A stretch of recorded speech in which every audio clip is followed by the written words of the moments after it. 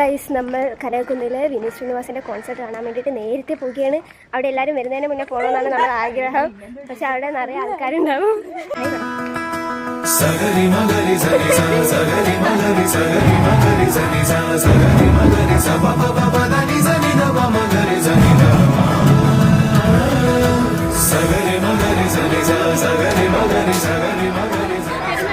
കാണാതെ പോയി ഗൈസ്. അങ്ങനെ ഞങ്ങളിപ്പോൾ കണ്ടു കിട്ടിയതേ ഉള്ളൂ.